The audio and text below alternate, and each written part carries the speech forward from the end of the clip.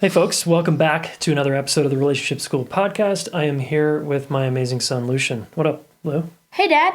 I wanted to ask you a few questions about your book, Getting to Zero. Okay, bring it on. I haven't read the book, but I was wondering, what, ages do you think should read the book? Like, kids, teens, adults? Right, that's a good question. And I think it's best for adults. Yeah.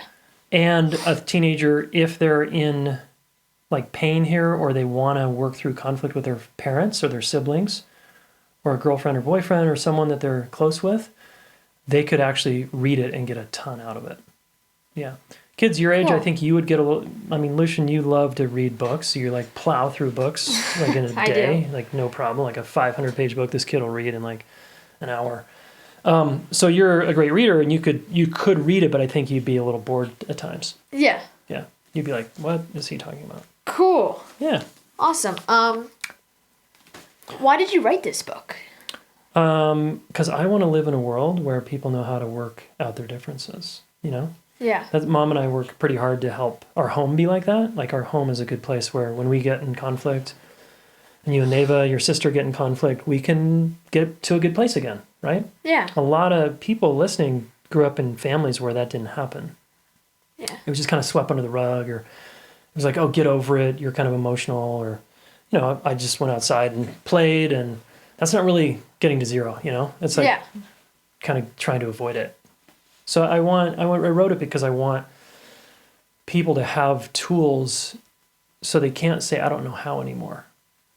Wow. I think that's a cool message. I want the world to be a place where people, are able to work through their conflict and stuff like that. That's pretty awesome. Yeah, thanks, man. One more question. Okay. What does getting to zero mean to you? I know, that's a really good question. Getting to zero means getting back to a good place again. Zero is the happy place where we're cool again. Mm-hmm. And anything above zero, 1 to 10, 1 through 3, 4, 5, 6, 7, 8, 10, is when we're activated, we're feeling off and bad with another person, and mad or sad or whatever. We got in a fight or something like that. Yeah, and so we're just kind of jacked up in our nervous system or our bodies. We don't feel good. And so zero is we learn the tools in this book and we get back to zero, back to a good place again. Awesome. Cool. Yeah. I know Dad put a lot of effort into it. I think you guys would love it. Thanks, man. Thanks for asking me such great questions. Sure. All right. Go to gettingtozerobook.com to pre-order this thing. Oh, yeah. All right. How do we get back to a good place again? How in the hell do we do that? The assumption with that question is that something is off. We're not in a good place. Maybe it's that we're not in a great place, but we're fine. We're just kind of getting by, but we're not in a great place. I call that great place zero. That's the title of my new book, How to Get to Zero. Zero being, as I just said, the place where we feel good and connected again and relaxed in our nervous systems. No threats. You can just feel the relaxation in your shoulders. You can sleep better. Whew. And you feel secure, safe, That is zero. So how do we get back there? Well, I wrote a book about it, but of course, I'm not going to cover the whole book in this episode. These 2 episodes, part 1 and part 2, I'm going to cover a few of the tools that you can learn in the book. All right. So first, you've got to understand, and I talk about this heavily in the book up front. The book's split into 3 parts: before conflict, during conflict, and after conflict. Now, a lot of you might be thinking, hey, I don't have conflict. Well, you probably do have communication issues and in your high-stakes relationships where you don't feel understood, or something feels a little off, or someone's gone a little silent on you, or you and your ex are struggling to communicate or co-parent. There's a lot of us that struggle to communicate. Communication that's crunchy, in my opinion, turns into conflict pretty fast. And conflict I define as it's a rupture, a disconnection, or an unresolved issue between 2 people, which it could also mean silence. When people aren't talking about what matters most and they're not at zero, that's conflict, all right? So it can be the lack of communication that is conflictual. So I just want to assert here that you also have conflict in your life. You're just not, you might not think of it as conflict. You might think of it as communication problems or a misunderstanding or the fact that you just can't totally let down or relax in one of your relationships with someone you care about. Okay.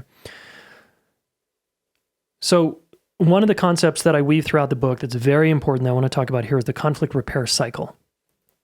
And I want you to think of this as a circle that goes round and round till the day you die. Meaning you can't get around it and you can't avoid it. It's going to happen for the rest of your life.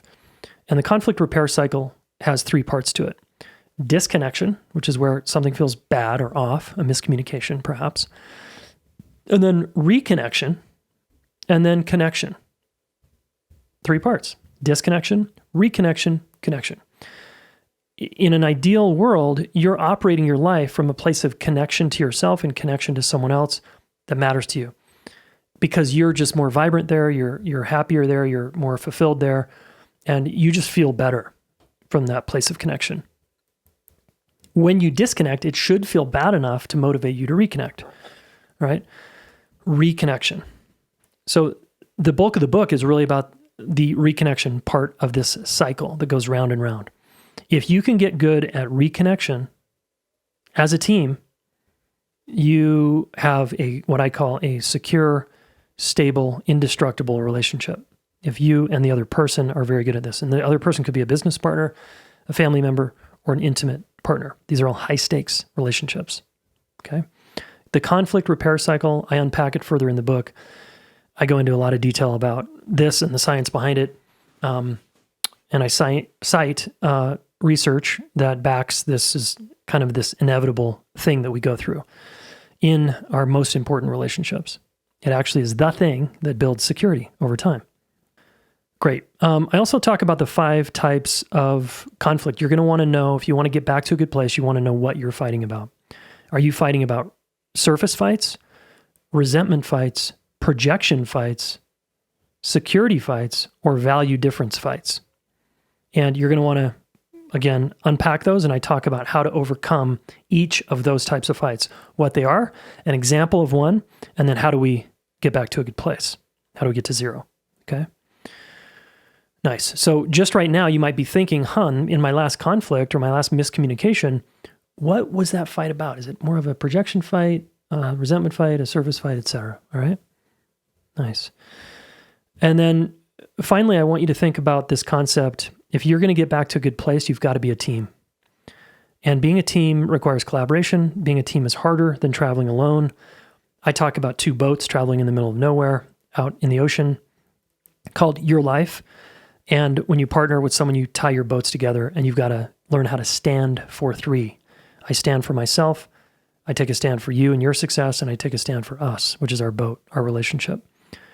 So I unpack this concept heavily in the book.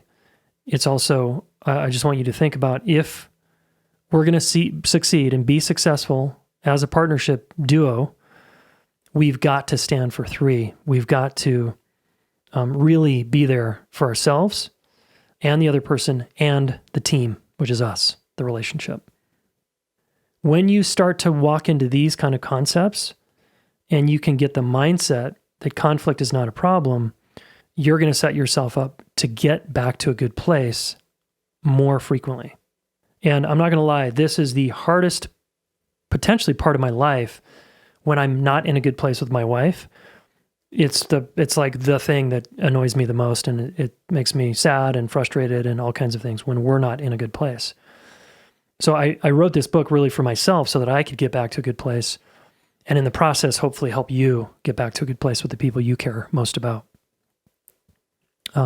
Yeah, it's very user-friendly, okay? I say this many times, and you've heard me say it again, and I'll say it finally here, and then we can wrap up part 1. In part 2, I'm going to talk about if you're more of a pursuer, like more of an anxious, ambivalent attachment style, and if you're more of an avoidant attachment style, under stress, and when you have communication mishaps, what to do about that. Okay, so I'll talk a little bit about that in terms of how to get back to a good place with just some practical examples. All right, so stay tuned for part 2 here. Finally, the thing I share over and over is if you're willing, okay? All you need is 2 willing people to be able to communicate and learn communication so that both of you feel understood. And when both of you feel understood, you start to relax. and let down, and you're like, we're cool again, we're safe. Everything's going to be okay. All right. Again, I ask for your pre-order. Go to gettingtozerobook.com. That's your action step.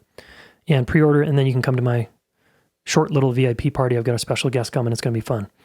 gettingtozerobook.com, and pre-order it there. Thanks, y'all, for listening, and stay tuned here next week for part number 2 on how do we get back to a good place.